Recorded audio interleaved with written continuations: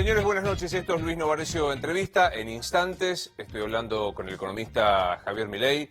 Y la verdad es que vale la pena escucharlo a Javier, que prácticamente ha logrado una cadena de adhesiones como pocas veces he visto en un economista. Normalmente los economistas no son personas muy seguidas o que tengan así como fans. El caso de Milei es la prueba, la excepción que confirma la regla.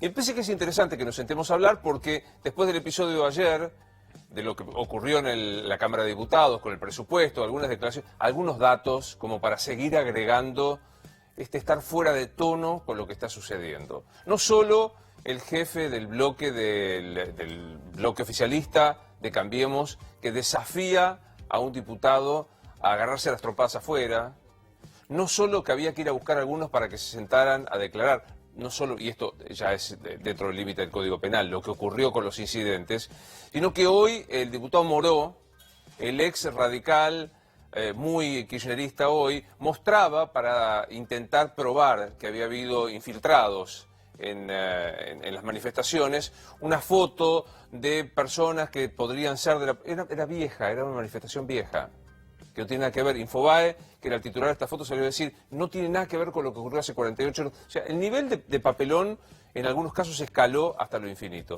Yo digo, en el medio de esto, si hubo o no los hubo infiltrados, yo espero que rápidamente lo sepamos. Sí, se sabe, ya quedaron libres los ciudadanos extranjeros que participaron de estas marchas y todo indica que van a ser expulsados. Digo, en el medio de esto estamos debatiendo el presupuesto. Yo no quiero aburrirte con cifras y ahora se las voy a preguntar a Javier. ¿Qué implica este presupuesto? Pero, por ejemplo, se habla de recortes de educación, de cultura, de ciencia y de salud, que en promedio van entre el 20 y el 30%. Recortes, por ejemplo, en la compra, y hoy lo escuchaba Maxi Montenegro, que condujo el programa de Eduardo Feynman, recorte en la compra de los retrovirales para el VIH de un 26%, preservativos para las campañas de salud. La verdad que es muy impactante y me parece que estaría bueno que sepamos en qué lugar estamos, si la tormenta, utilicemos la metáfora meteorológica permanente, que ya en algunos casos aburre del gobierno nacional, si la tormenta ya la pasamos, ¿qué cree Milei que va a pasar? El presupuesto prevé que el año que viene vamos a tener una inflación de cercana al 30%. Ahora voy a perfilar los datos con Javier. Pero algo muy interesante, el dólar va a estar a 40 pesos según el presupuesto, cuando hoy está en 38. Si solo se dice que no se va a permitir que se quede detrás de la inflación, los números no dan. Bueno, de todo esto vamos a hablar porque se trata del día a día, de saber qué puede llegar a pasar en el año que viene en materia económica y en estos meses que todavía quedan del 2018. Ya lo recibo, Javier. Señor, amigo, ¿cómo estás? ¿Cómo estás, Luis? Un placer verte otra vez, ¿eh? Placer para mí Todos y un honor. No, por favor. Bueno, ¿arrancamos? Con lo que quieras. ¿Qué fue lo de ayer? ¿Qué viste ayer? Bueno, ayer hay varias lecturas muy interesantes, ya sea por lo que pasó afuera y por lo que pasó adentro. Lo que pasó afuera creo que no tiene el más mínimo comentario. Ahora, si pueden identificar quiénes son los grupos, estaría bueno que todos esos gastos se los deduzcan, ¿no? Para que paguen el costo de la aberración que hicieron. Todo lo que rompieron. Exactamente. Entonces, si hay organizaciones que reciben plata del gobierno, digo, que le deduzcan esto, porque digo, no está bueno, digamos, que además paguemos sus destrozos. O sea, no solo que pagamos su vagancia, sino que además pagamos sus destrozos. Me parece ya el bolsillo del contribuyente ya no da para más, ¿no? Entonces, y estaría bueno que alguna vez sí se paguen los costos de las acciones, ¿no? Digo, como vos rompés algo en tu casa, tenés que repararlo. Claro, ¿sí? Digo, y no andás exigiéndole a otro que lo pague por vos. Digo, como concepto general. Ahora, me parece todavía más interesante lo que pasó dentro. Por un lado, vos mirás un presupuesto. El presupuesto original tenía como ajuste 2.6 del PBI. De esos 2.6 que se ajustaban, 2.2 lo aportaba el sector privado, ya sea con más impuestos, sí, y con, por ejemplo, reducción de transferencias, o sea, eliminación de subsidios económicos. Es decir, el 85% del ajuste recaía en el sector privado y eso ya era malo, porque vos tenés un sector público que despilfarra y le estabas cargando todo el ajuste al sector privado. Pero tenían que recortar algunos privilegios. ¿Qué hicieron? No ajustaron los privilegios y subieron más los impuestos. O sea, de vuelta al ajuste lo vamos a pagar los privados. Entero. ¿Ok? Entonces, para mí, eso es la demostración palmaria de que la sociedad se divide en dos. Los parásitos de los políticos, ¿sí? Que frente al despilfarro, ¿sí? Vos frente al despilfarro podés hacer algunas cuestiones. Una es, ¿te gusta vivir de despilfarro? Buscar, digamos, aumentar tus ingresos laburando más para pagarlo. Claro. ¿Sí? Porque el día que no te financian más la deuda, lo tenés que pagar de alguna manera. O la otra es bajar el gasto. ¿Cómo lo resuelven los políticos? Yéndose de caño. Es decir, yéndose a robar a la gente, ¿sí? De modo permanente cobrándole más impuestos. El cobro de impuestos es salir de caño. Sí, claro, exacto, es un robo. Es decir, porque, a ver, vos los pagás voluntariamente los impuestos. No, los pagás porque esa punta de pistola, es decir, hacen, digamos, uso y abuso del monopolio de la violencia por parte del Estado para que el despilfarro y la locura la terminemos pagando nosotros siempre. Ahora, Javier, te hago una pregunta. Yo veía, e insisto, si querés repaso algunos datos concretos con, número de apellido, con nombre y apellido. Achicás en educación, se bajan hasta presupuestos de jardín de infantes. Achicás en salud, se bajan presupuestos, como yo decía, en cuestiones muy severas. Eso de alguna manera no es apretar el bolsillo del privado, es salirse de una actividad que debería ser propia de la gestión del Estado. A ver, digo, el tema de, por ejemplo, la educación, si debería, digamos, o sea, estar o no en la órbita del Estado es discutible, digamos, o sea, hay formas mejores de hacerlo, ¿sí? Que por ejemplo el sistema de vouchers, entonces, digamos, todas las instituciones serían aranceladas, ¿sí? Pero vos tendrías un voucher y podés elegir entre ir a la pública o ir a la privada. ¿Por qué? Porque de esa manera, ¿sí? Vos podés esquivar ir a centros de adoctrinamiento marxista, por ejemplo, como son las instituciones públicas, ¿sí? ¿Centro de adoctrinamiento marxista? Sí, obvio, claro. Digamos, vos, o sea, por ejemplo, tenés un chico en el secundario haciendo una materia de economía, ¿sí? Digamos, lo más liberal que ven es Keynes. O sea, imagínate. O sea, Marx, un ídolo. Con lo cual, digamos, o sea, y obviamente, digamos, ni te cuento, digo, por ejemplo, lo que es la Universidad de Buenos Aires en la Facultad de Ciencias Económicas. Es un escándalo, ¿sí? Digamos, cómo está todo el eje corrido a la izquierda. Porque de hecho hay un solo curso liberal de una materia que es Historia del Pensamiento Económico 2, que es opcional en un horario espantoso. ¿Para qué usa ese curso? Para decir que tiene diversidad. Mentira, o sea, eso es lo mismo que nada, es justamente comprarte la mentira, la respuesta mentirosa. Digo, ese, digamos, entonces, digo, el tema de la educación, digo, puede ser discutible, digo, igual me parece más interesante entrar en esta discusión de la corporación política en esto no perdió. No se achicó en nada. No se achicó en nada. Sí, es decir, el poco ajuste que tenían que hacer, dijo, no, tampoco vamos a hacer nuestros privilegios, cobramos más impuestos. O sea, directamente una agresión directa al sector privado, el que produce, ¿sí? Con lo cual el presupuesto es malo, sí, es malo. ¿Por qué? Porque ese ahorro que vos vas a generar no va a tener como contrapartida de inversión, no va a tener contrapartida de inversión porque no hay confianza y porque además no podés ganar plata. Con lo cual, digamos, en todo este contexto, ¿sí? Eso va a generar que el aumento de ahorro no tiene contrapartida de inversión, cae la actividad económica, cae el empleo, o sea, vas a tener más gente desempleada, con lo cual los salarios reales van a caer, es decir, van a perder los salarios contra la inflación, vas a tener más pobres, más indigentes, menos consumo, y vamos a ver, digamos, seguramente más adelante vamos a discutir los temas de inflación, que difícilmente baje. Ahora, ese es el contexto. Ahora, yo miro esa situación. ¿Qué tengo del otro lado? Del otro lado tengo la oposición. Y la oposición es como, a ver, si el oficialismo es Drácula, la oposición es la Liga del Mal. ¿Me comprendés? Es decir, digamos, quieren algo todavía muchísimo peor, algo que avanzaría más sobre las libertades individuales, algo que castigaría más el funcionamiento del sistema económico, algo que nos empobrecería más. ¿Me comprendés? O sea, cuando vos, por ejemplo, escuchás gente como Donda, ¿sí? O como Leonardo Grosso, verdaderos ignorantes, ¿sí? Que ponen y se idealizan a los nórdicos, que no saben, por ejemplo, que los nórdicos, por ejemplo, Suecia, nórdico, digamos, o sea, típico, que quiebra a fines de los 80, porque la presión fiscal era 75%. ¿Y qué hace? Va a reformas pro mercado. De hecho, Menezes, o sea, está entre los mejores países en los índices de libertad económica, con lo cual del socialismo le queda el nombre. O sea, la verdad que un verdadero socialista, si fuera verdaderamente socialista y le interesaría a la gente, ¿sabes qué? Se tendría que volver capitalista. Ahora, es interesante esto que decís, ¿no? Respecto de la concepción ideológica. Te lo llevo a lo muy básico. El gobierno dice que el año que viene el dólar va a estar a 40 pesos. ¿Es una probabilidad o es zaraza? No, es zaraza. Es zaraza. No hay forma científica de determinar cuál es el vector de precio de equilibrio de la economía. Es mentira, los economistas que dicen eso mienten, no hay forma de saberlo. O sea, te cuento... Duhovne que firma el presupuesto, Peña, ¿mienten?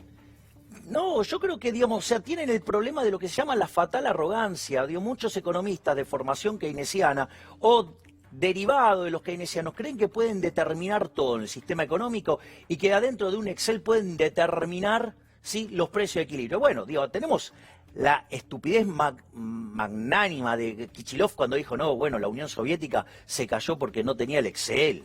O sea, digo, hay que darle una clase, digamos, de quién fue Mises para que vea por qué el socialismo falla y todas las mejoras que se hicieron sobre ese análisis para mostrar que el socialismo falla porque no puede hacer cálculo económico. O sea, pero porque no tiene propiedad privada. Entonces, cuando vos haces una transacción, ese precio es ficticio, no es un precio. Sí, porque vos estás transando algo que no es tuyo. O sea, es como que, ¿me entendés? O sea, nos pongamos a...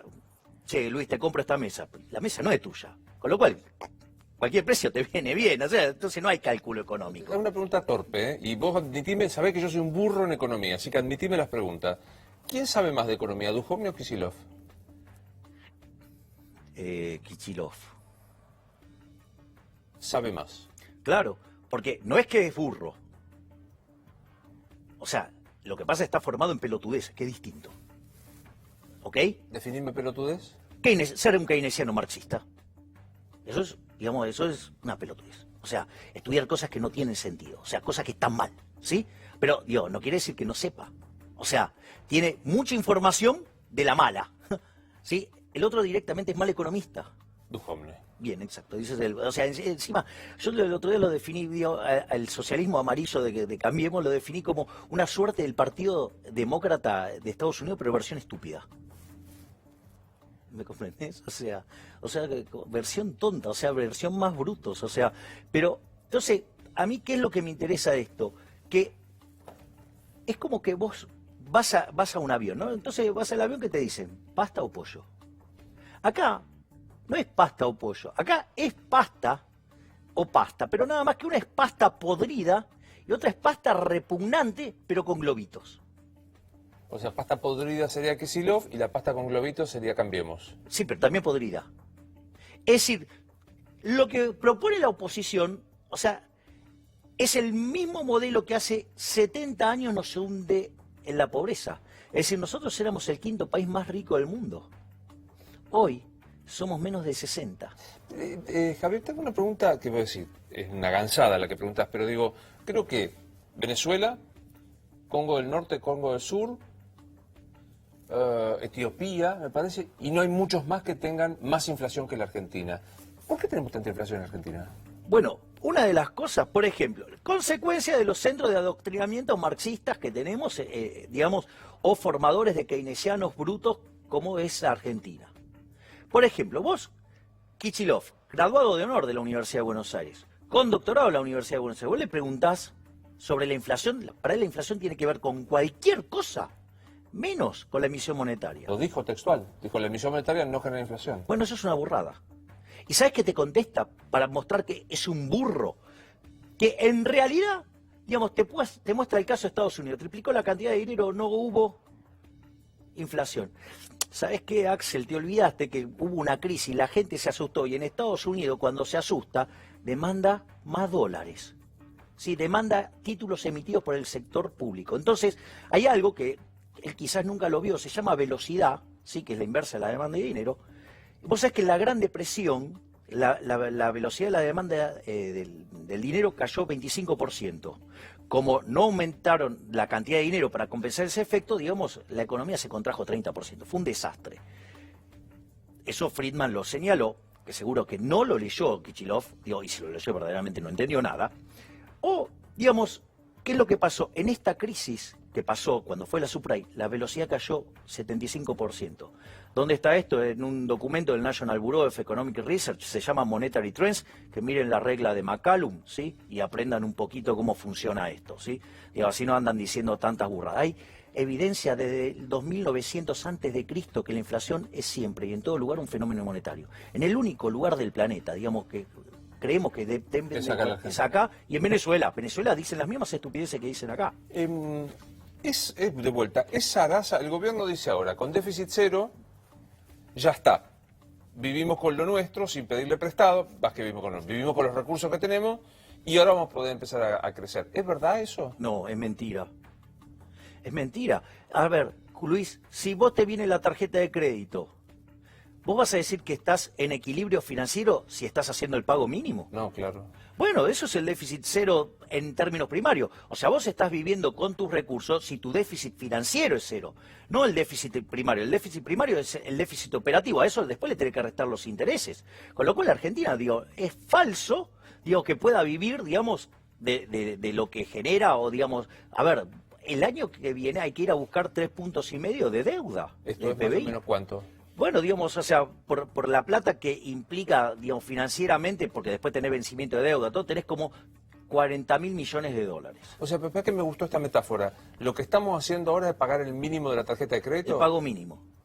Los intereses me van a morfar. Bueno, exacto. Para que Argentina sea solvente intertemporalmente, es decir, que pueda repagar su deuda, y no tomo la verdadera, tomo la que informa el gobierno, el 52% del PBI, que ahora es más alto por el salto de tipo de cambio, todo eso. Necesitaría tener un superávit primario de 3 puntos del PBI. Nosotros vamos a 0. ¿Sí? Y el año que viene vamos a 1. El año que viene, digamos, 0 y después el que le sigue 1 y queda todo constante ahí. Con lo cual, si vos necesitas 3 y vas a 1, ¿qué tendría que pasar con tu relación deuda-producto? Tendría que explotar. ¿Por qué? Porque vas a un default, porque no te alcanza. ¿Vamos a un default? Sí, definitivamente. ¿Vamos a un default? Sí, si no defaulteamos en el 2020, defaulteamos en el 2021. Ahora te doy por qué pasa eso. Entonces, cuando la relación deuda-producto es creciente en el tiempo, vos quiere decir que no tenés capacidad de pago, con lo cual te vas a un default. ¿Sí? Ese es el punto. Entonces, cuando vos mirás el presupuesto, dice 0 para el 2019 de resultado primario y después 1% y ahí ad eternum.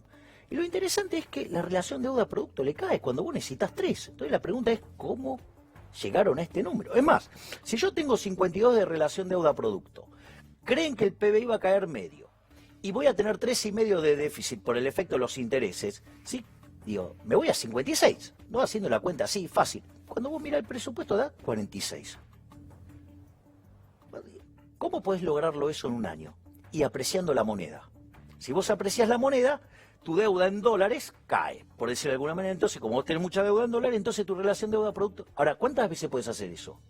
Un año. Pero vos no podés hacer esa cuenta de modo permanente, porque te estalla el sector externo. Entonces, digo, está claro que está mal hecho. Entonces, vamos a los números. ¿Cuáles son los números? Ok, el año ¿qué hizo el fondo, el acuerdo de Argentina con el fondo? Trajo los fondos del 20, del 2020 y del 2021 al 2018 y al 2019. Entonces, Argentina tiene cubierta todas sus necesidades de financiamiento, ¿sí? Con lo cual zafa del default. Ahora la pregunta es, ¿y el 2020? Porque en el 2020 yo necesito 35.000 millones de dólares si se cumplen las hipótesis del gobierno. Y con la plata que ya tengo arreglada, me falta ir a buscar 25.000 millones de dólares al mercado. Y la pregunta es, ¿quién me va a prestar plata a mí si yo tengo una relación deuda-producto explosiva? No solo eso, sino que además, si vos te fijas, en el 2021 ya no tenemos más fondos garantizados. ¿Qué quiere decir esto?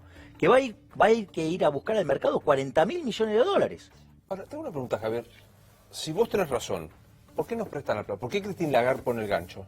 Yo creo que, bueno, es muy interesante la pregunta que vos haces. Porque una cosa es los cuadros técnicos del fondo y el cuadro político. El cuadro técnico, cuando vos lees, digamos, los documentos, vos te das cuenta que toman distancia. ¿Sí? Cuando vos... Entonces decís, ¿pero cómo es que esto pasa? Bueno, esto pasa por una cuestión política. Es decir, hay un apoyo, digamos, si vos querés, por una cuestión de geopolítica. Porque no quieren que la vuelta del kirchnerismo. Exacto, es una pelea contra el populismo. Pero los números de Argentina no dan. O sea, Macri tiene la suerte que le prestan a la tasa que le prestan y la cantidad que le prestan por el cuco de Cristina. Exactamente. Sí, claro, digo, pensá que el kirchnerismo es el camino a Venezuela. O sea, pero eso sí tiene razón. Por eso te digo, y cuando vos también escuchás los discursos, te das cuenta que este país es inviable. Porque los que están son deplorables, pero los que están enfrente son muchísimo peores. ¿Qué es que no tiene solución este país? No, ¿No tiene solución? este país es inviable. ¿Y qué hacemos?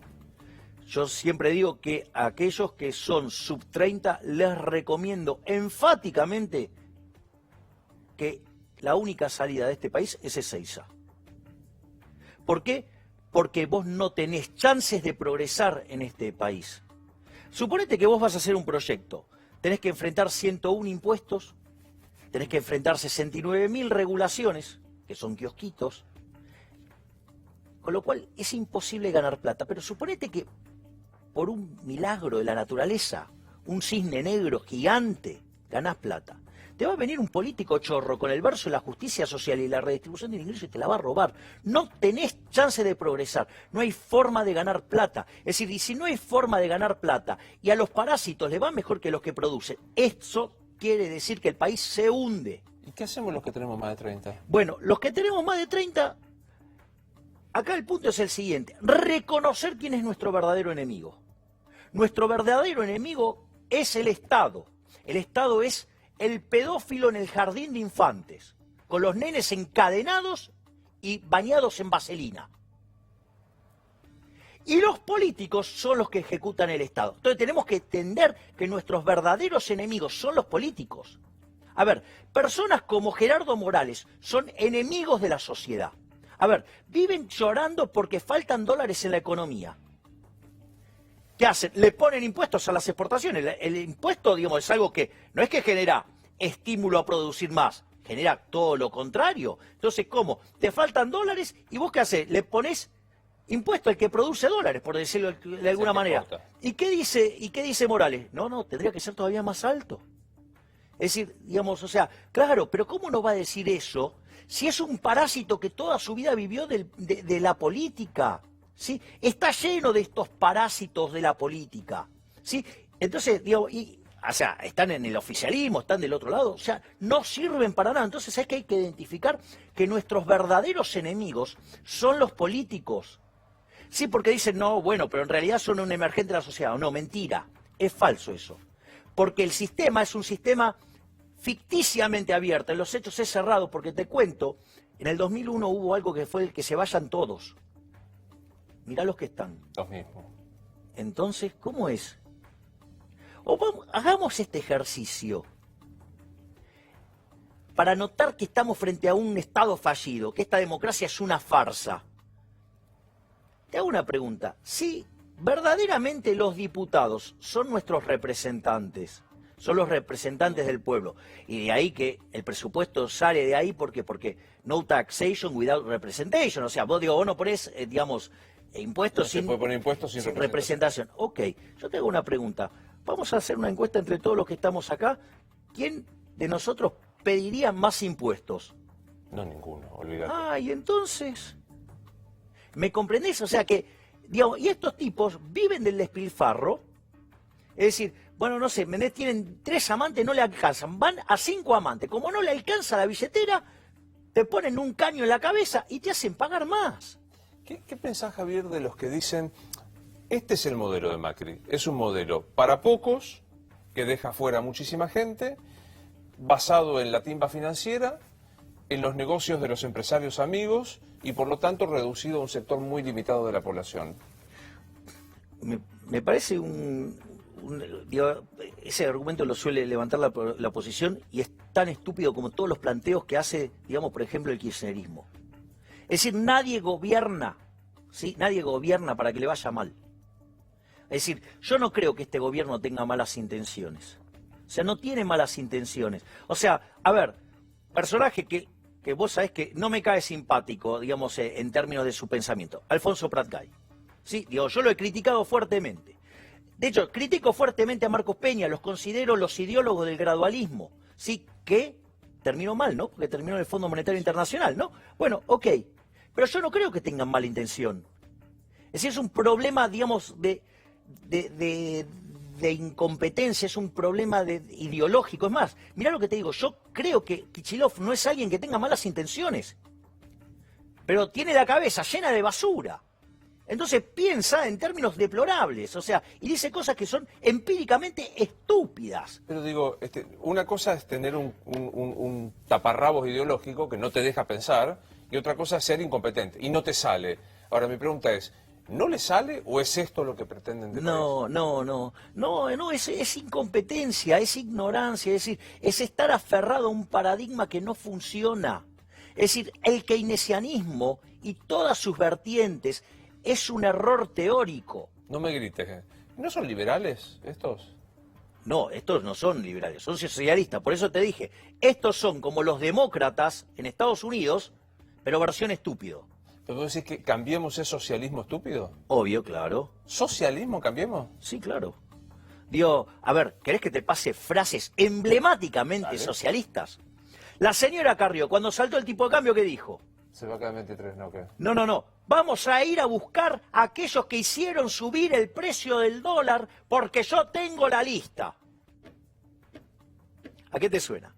Digo, mirá que no era muy distinto de lo que decía Moreno, ¿eh?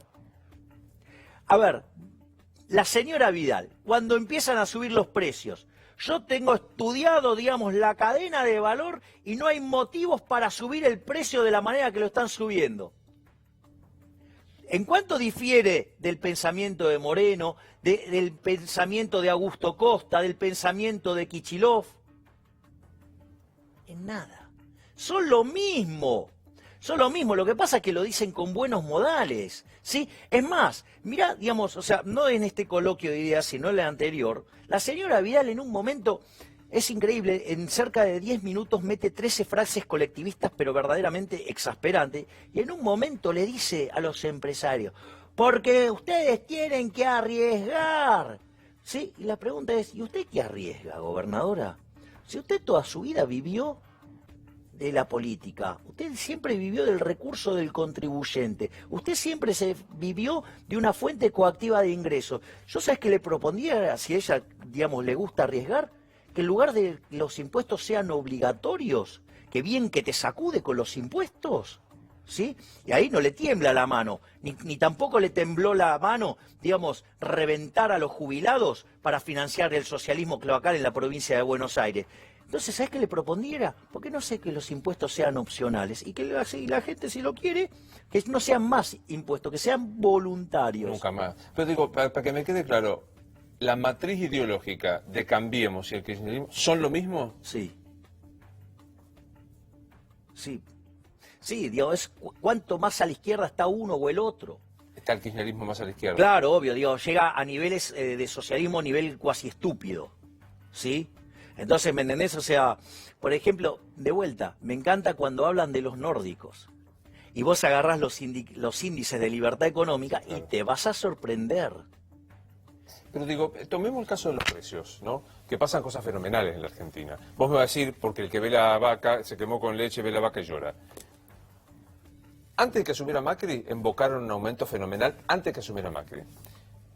Con la devaluación aumentaron más que la devaluación y se hicieron un colchón. Bajó el dólar y no bajan. ¿Hay una posición oligopólica o una posición, no sé, dominante que les permite fijar los precios que quieren? No, yo no creo en eso. ¿Y qué? Yo no creo en eso. Digo, primero, lo primero, ¿sabes qué decía Friedman siempre? Primero los datos. Este gobierno tiene más o menos los índices de inflación parecidos a los que tenía el último periodo del kirchnerismo. Mirá qué interesante. Emiten más o menos lo mismo. O sea, la emisión monetaria de este gobierno es parecida a la del kirchnerismo. Con lo cual, en principio, ¿qué tendrías que esperar? Más o menos la misma inflación. ¿Sí? Ahora, digo, vamos a la segunda pregunta, el tema de los monopolios. Yo lo voy a hacer bien extremo para que... Hay dos tipos de monopolio. Hay un monopolio que es bueno y hay un monopolio que es malo. El monopolio que es bueno, ¿sabes cuál es? Vos tenés 5 tipos acá compitiendo por venderte un producto. ¿Vos cuál vas a comprar? El más barato. Y de mejor calidad. O sea, el que te vende la mejor calidad al mejor precio, le vas a comprar a ese. Con lo cual, todos van a comprarle a ese. ¿Qué pasa con los otros? Se van.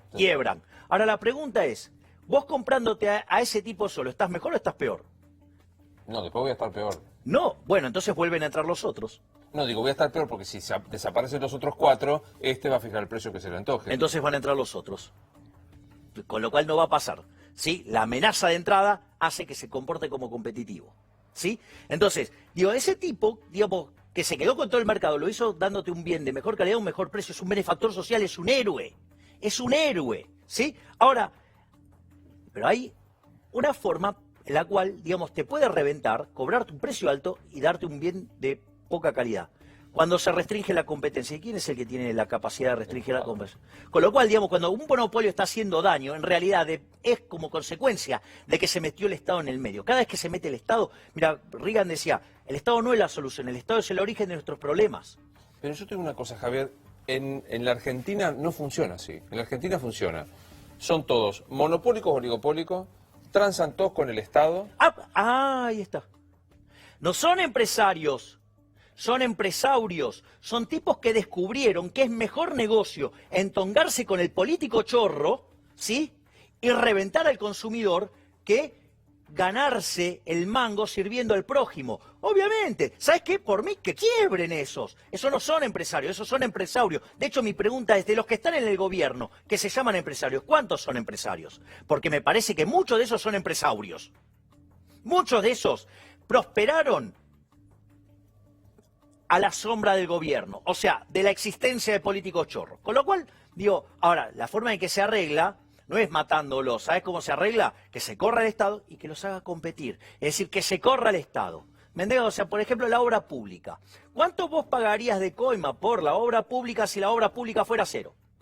Y cero. Cero, exacto. ¿Me entiendes? O sea, solamente, digamos, el empresario, ¿sí?, puede comprar favores que el político tiene para vender. Si vos corres al Estado, dejó de haber esos privilegios. Te lo tomo con la obra pública. Imagínate que, bueno, hoy, los precios de cuestiones básicas y elementales como las harinas, como la leche, estuviera sin ningún tipo de control de competencia. Fijan los precios que quieren.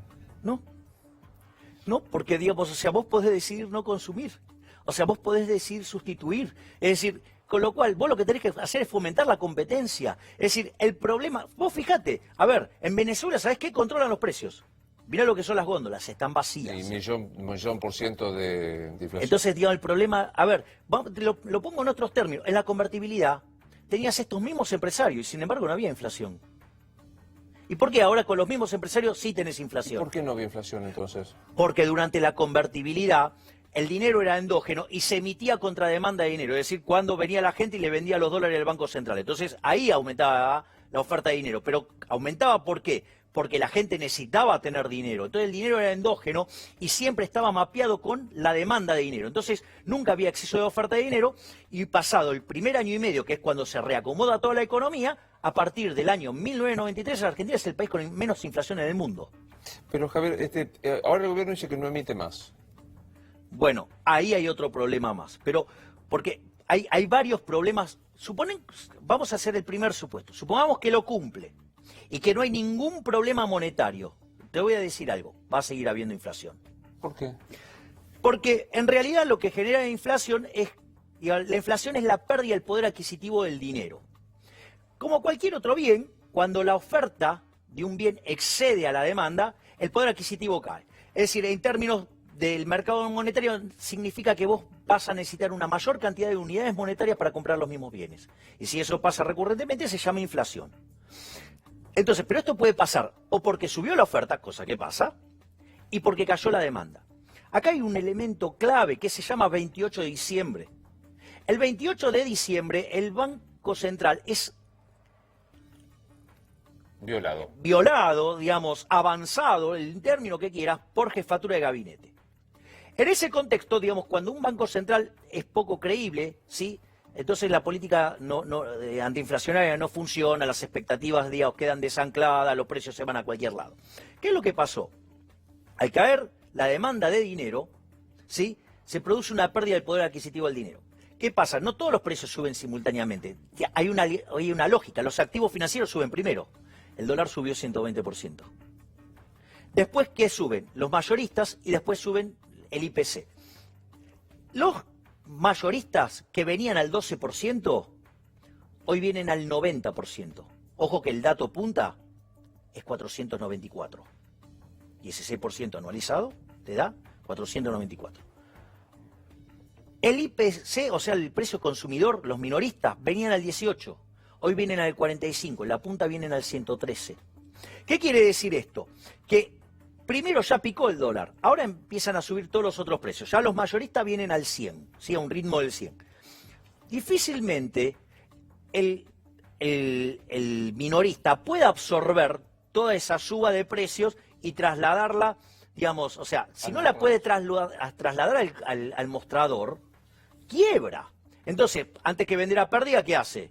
Vende al precio, a dónde llega. Claro, y si no quiebra, ¿vende? Cierra, no produce, o sea, con lo cual, ¿qué quiero decir con esto? Como la devaluación, digamos, tiene un origen monetario en este caso, lo que vos vas a ver es que los precios tarde o temprano van a terminar acomodándose con la devaluación. Pasó en el 2014, pasó en el 2016, digamos, todo lo que fue la devaluación se absorbió rápidamente, hoy va solamente el 30%. O sea, voy de vuelta, la inflación de este año va a ser del...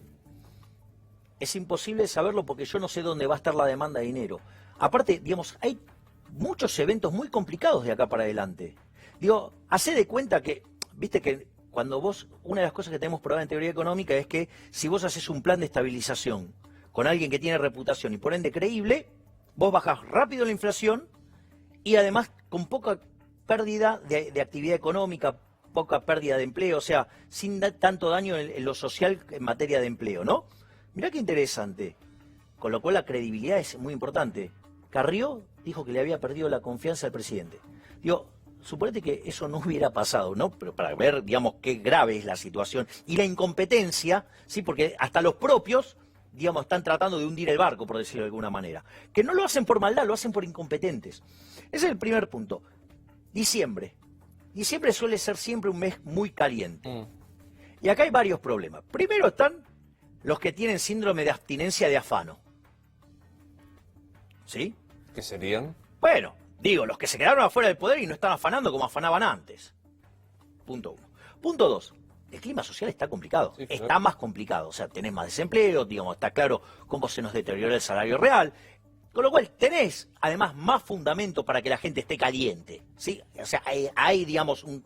Entonces, tenés un diciembre que se viene complicado. Suponete que pasamos diciembre. Después viene tercera semana de febrero, que es cuando se cae la demanda de dinero.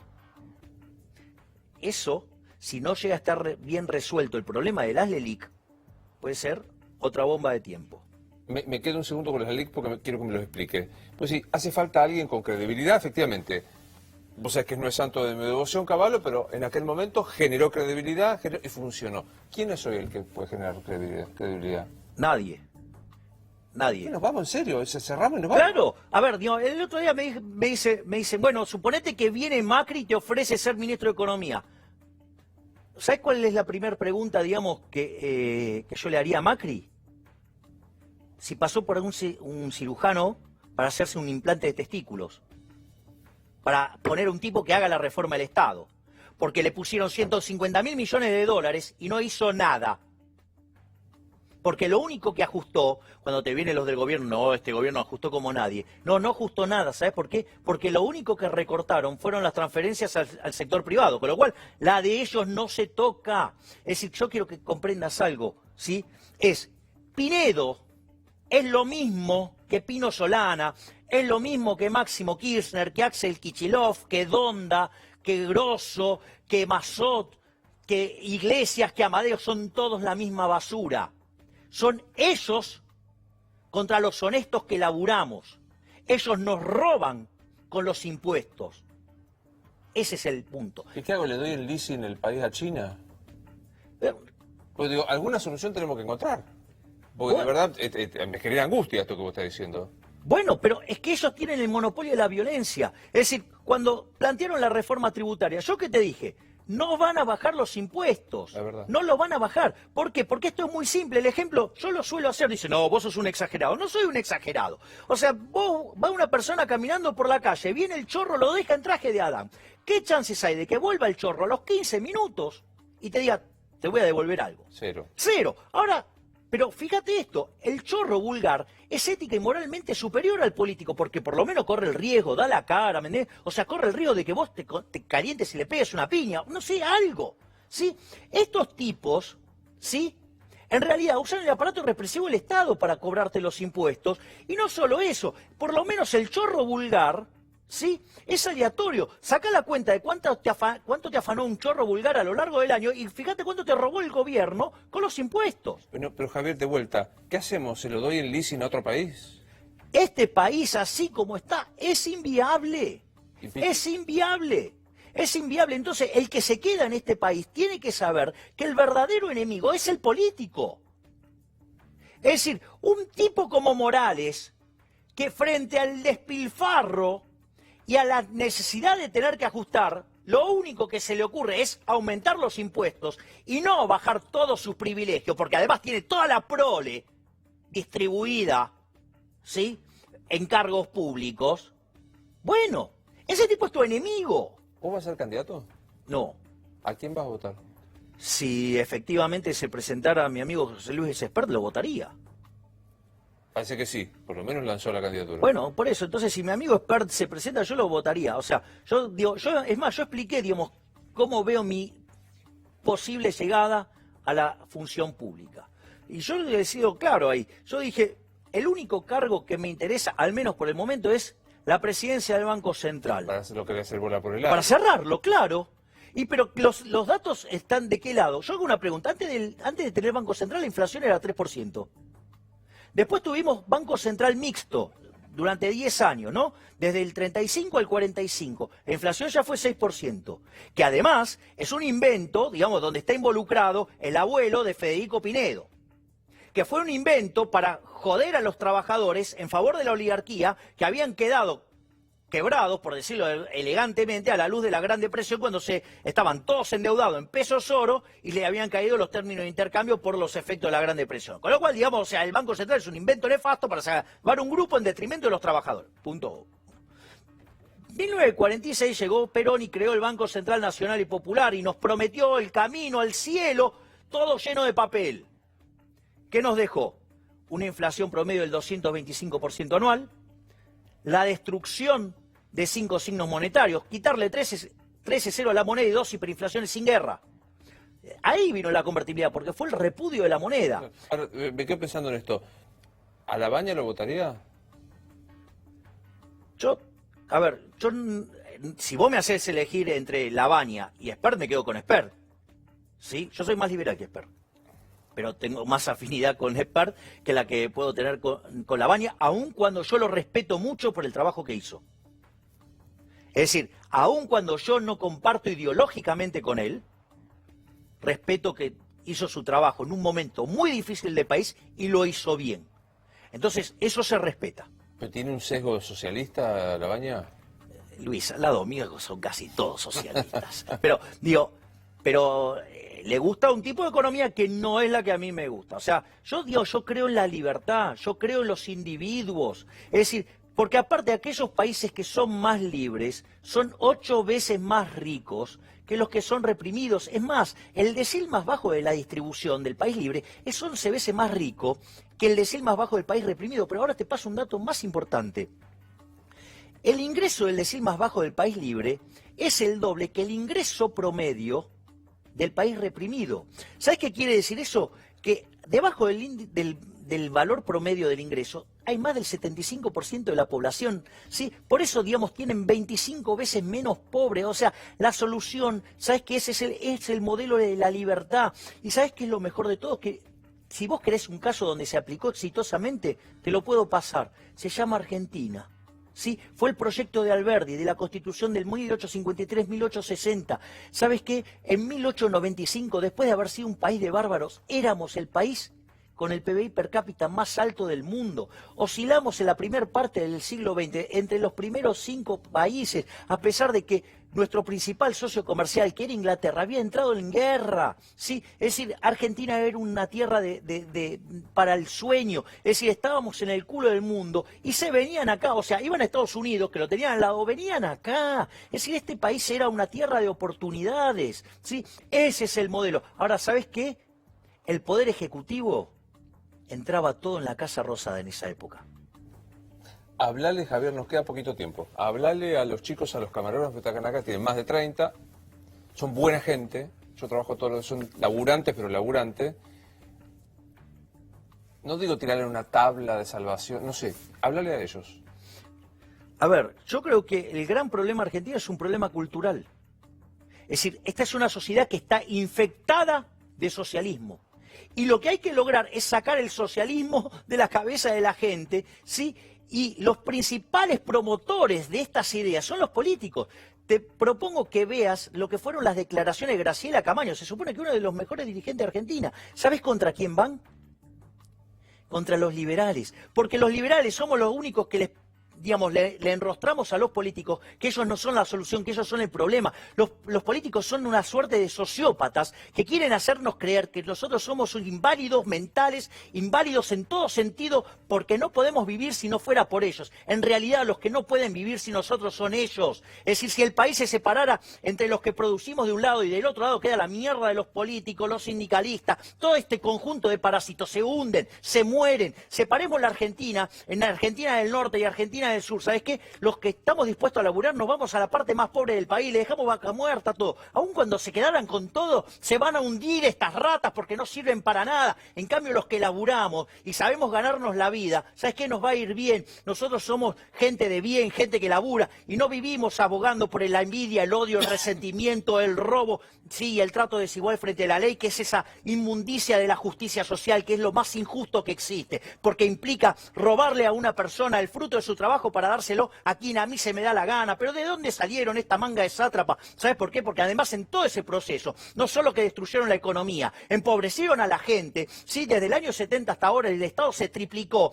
y multiplicaron por 6 el número de pobres, ¿sí? ¿Y sabes quiénes fueron los únicos que progresaron acá? Los políticos. Entonces, ¿saben qué? Quieren, digamos, quedarse en este país, ¿saben qué? Tienen que identificar el enemigo son los políticos. Hay que ir contra los políticos. Ellos son nuestros enemigos, ellos son los que nos hunden en la pobreza. Ellos son los únicos que progresaron con este verso de la justicia social y la redistribución del ingreso. La verdadera redistribución del ingreso fue desde los que laburamos a los parásitos de los políticos.